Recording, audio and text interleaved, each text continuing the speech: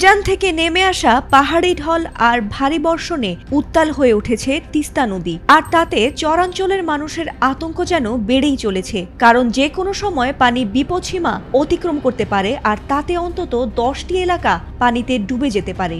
তিস্তাপাড়ের মানুষ এখন বন্যা আর ভাঙনের আতঙ্কে নির্ঘুম রাত কাটাচ্ছে। অবস্থা নিয়ন্ত্রণে রাখতে তিস্তা ব্যারাজের 44টি জলকপাট খুলে দিয়েছে পানি উন্নয়ন বোর্ড। জানা গেছে, লালমনিরহাটের হাতীবান্ধায় তিস্তা নদীর পানি বিপদসীমার 1 সেন্টিমিটার নিচ দিয়ে প্রবাহিত হচ্ছে। এতে করে তিস্তাপাড়ের মানুষ বন্যার আশঙ্কা করছে। এছাড়া যে কোনো সময় তিস্তার পানি বিপদসীমা অতিক্রম করতে পারে বলে ধারণা স্থানীয়দের। সোমবার সকাল 9টায় তিস্তা নদীর ডালিয়া পয়েন্টে পানির উচ্চতা রেকর্ড করা হয়েছে 52.14 সেন্টিমিটার, যা বিপদসীমার 1 সেন্টিমিটার নিচ দিয়ে পানি প্রবাহিত হচ্ছে। ওয়ালটন এখন দেশের সীমানা পেরিয়ে পৌঁছে গিয়েছে 50টিরও বেশি দেশে। ওয়ালটন, ঘরে ঘরে বিশ্বজুড়ে। এর আগে সকাল 6টায় পানির উচ্চতা রেকর্ড করা হয় 52.18 সেন্টিমিটার, যা বিপদসীমার 3 সেন্টিমিটার ওপর দিয়ে প্রবাহিত হয়েছিল। অর্থাৎ মুহূর্তে মুহূর্তেই বাড়ছে কমছে পানির স্তর।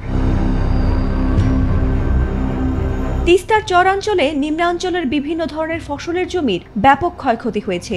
বিশেষ করে আমন ধান সহ বহু ফসলি জমি তলিয়ে গেছে, ভেসে গেছে সবজি ও খামারের ক্ষুদ্র আবাদ। কৃষকের চোখে মুখে এখন তাই আতঙ্কের ছাপ। নদীর তীরবর্তী ও চরাঞ্চলের বসবাসরত মানুষজন বন্যা ও নদী ভাঙনের আতঙ্কে দিন কাটাচ্ছেন। এদিকে তিস্তার পানি বৃদ্ধি পাওয়ায় লালমনিরহাট জেলার হাতীবান্ধা উপজেলার 6টি ইউনিয়নের 8 থেকে 10টি চর এলাকা ডুবতে পারে বলে আশঙ্কা করছেন স্থানীয়রা। ডালিয়া পানি উন্নয়ন বোর্ড জানিয়েছে, ভারী বৃষ্টিতে তিস্তা নদীর পানি বৃদ্ধি পেয়ে রোববার বিপদসীমার 9 সেন্টিমিটার নিচ দিয়ে প্রবাহিত হলেও সোমবার বিপদসীমার 1 সেন্টিমিটার নিচ দিয়ে প্রবাহিত হচ্ছে। তাই পানি নিয়ন্ত্রণে তিস্তা ব্যারেজে ইতোমধ্যে 44টি জলকপাট খুলে রাখা হয়েছে বলে জানিয়েছেন সংশ্লিষ্টরা।